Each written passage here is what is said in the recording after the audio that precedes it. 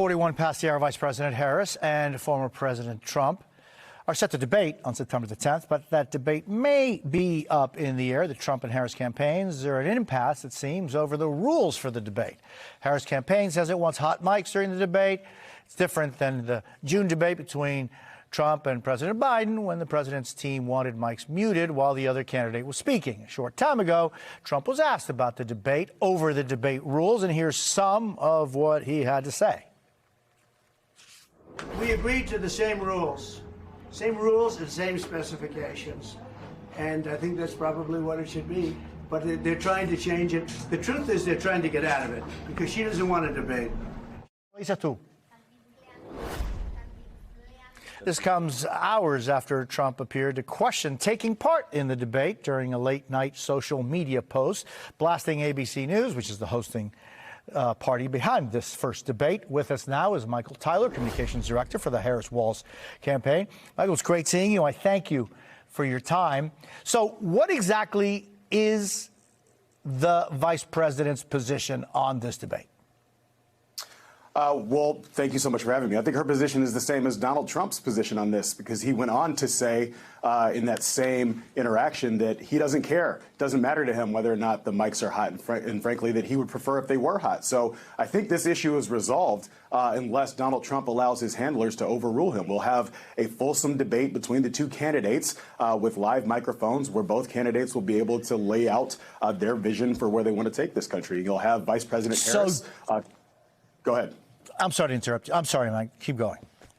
Didn't mean to interrupt. I think, if given that that reality, we will have a debate where Vice President Harris will lay out her vision for where she wants to take this country, right? Having an economy where folks have the opportunity not just to get by, but to get ahead, where we stand up and protect women's reproductive rights, where we stand up for our democracy. And on the other side of that debate stage, you'll see Donald Trump, who's grown increasingly unhinged, who is fighting for himself, who will probably try to lie about his record on abortion, even though he's out on the stump bragging about the role that he played in overturning Roe. You'll hear him celebrate the insurrectionists of January 6th, and you'll hear him lay out his economic plans, which do absolutely nothing to serve the middle class, but only serve people like Donald Trump, the ultra-wealthy, powerful corporations. And so that will be the fundamental contrast that the American people are able to see on September 10th at the ABC debate.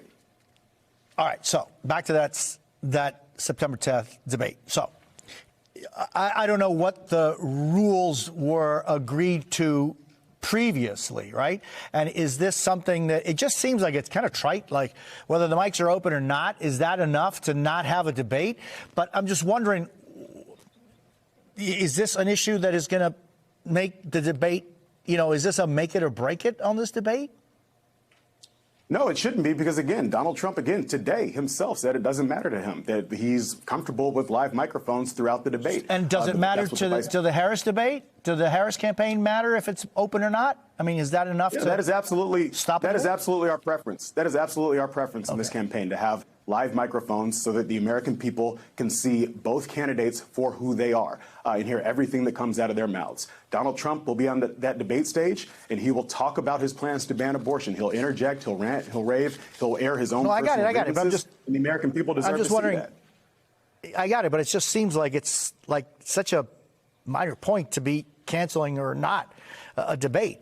But anyway, I'm glad that you cleared that one up. Let's see, if there's any response by the Trump campaign. But meanwhile, I want to ask you about Trump has made his response, and he agrees with our position. So we look forward to the debate on September 10th with live mics between the two candidates. That's what the American people deserve to see, and apparently that's what they will see.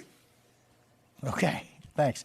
I want your thoughts on Robert F. Kennedy Jr. dropping out of the race on Friday and endorsing Trump. Do you think there are any repercussions long-term that could affect your campaign? No, listen, I think what you saw from RFK throughout his campaign is he was largely funded by Trump's donors. He parroted a lot of Donald Trump's talking points throughout the campaign. So it's no surprise that he ultimately dropped out and endorsed Donald Trump. I think what our plan is and what our message is to many of the voters who were with Robert Kennedy is that if you're concerned about the fundamental threat posed by Donald Trump, if you're concerned about where this democracy is headed, if you're concerned about government interfering in people's personal lives and think that they should get the hell out of the way, that there's a home for you in Kamala Harris's campaign. And so we're going to do everything in our power to continue to grow the tent, expand our base, and wage this campaign over the course of the next 72 days here. I think what you saw out of Chicago was not just Democrats united in their support for the vice president, but you saw the full diversity of America behind the vice president. You had independents like Oprah. You had Republicans like Jeff Duncan and Adam Kinzinger talking about the fact that voting for Kamala Harris doesn't make you a Democrat. It makes you a patriot. And so that's our message to many of these voters in the middle here as we approach the home stretch of this campaign.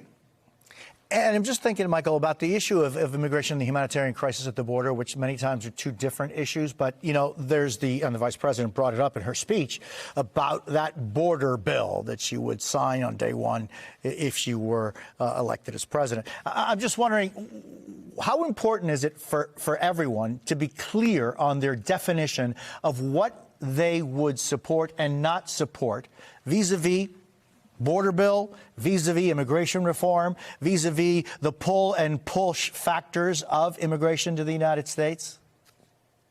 Yeah, no, I think it's very important. I think, frankly, both candidates have been pretty clear about this, right? The vice president herself said that if the bipartisan border security deal that was ready to go until Donald Trump entered the chat and blew it up because he thought it would benefit himself politically gets to her desk, she'll sign it into law. Donald Trump will not, because Donald Trump's not interested in border security. We hear what he talks about, right?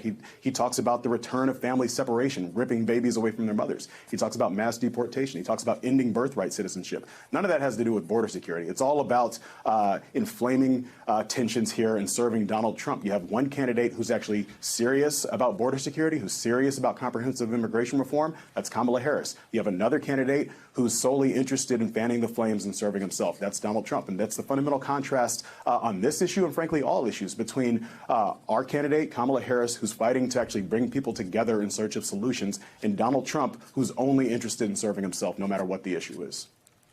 Hey, Michael, let's continue our conversation going forward. I definitely want to kind of focus in a little bit more with details, et cetera, on the issues that you just mentioned about border security, about the humanitarian crisis at the border, and a whole lot more. I thank you for being with me this morning, Michael. Really a pleasure.